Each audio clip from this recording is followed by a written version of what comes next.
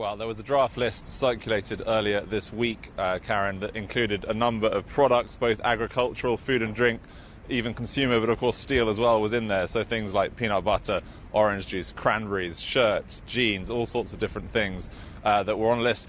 The amount that they are hoping to try and damage in terms of the US economy is equivalent to the amount they see their own European economies being damaged by these potential tariffs on steel and aluminium. That's something that's completely permissible under WTO rules. But Cecilia Malmström also talked about very, very immediately getting ready to safeguard European steel producers because of steel that would be diverted from the US to Europe. They're worried about that depressing prices here.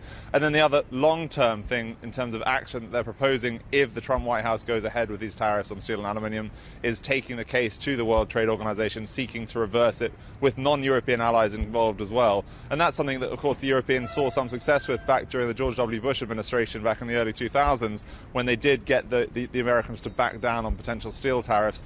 The argument there before the World Trade Organization would essentially be that the US pretext of national security is very, very paper thin. In terms of Europe, Canada, Mexico, of course, that's an argument they've all been making, that this is really irrelevant. And I asked Cecilia Malmström about that. Did she feel confident about the case that they would take to the World Trade Organization undermining this concept of national security? Here's what she said.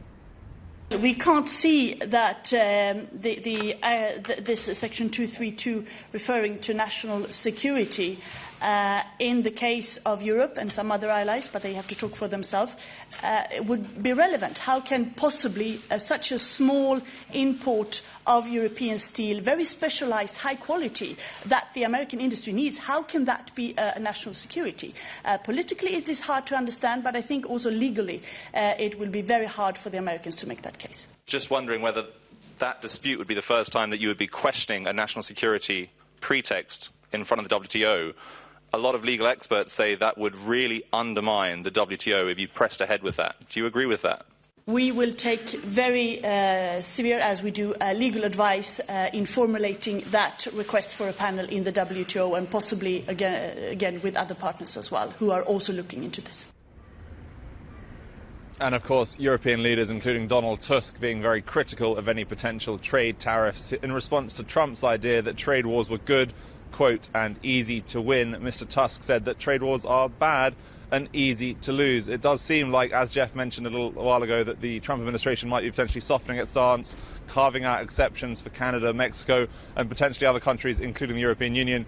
At this stage, no response. But Cecilia Malmström saying that if they do have a response, the European Commission, it would be firm and appropriate.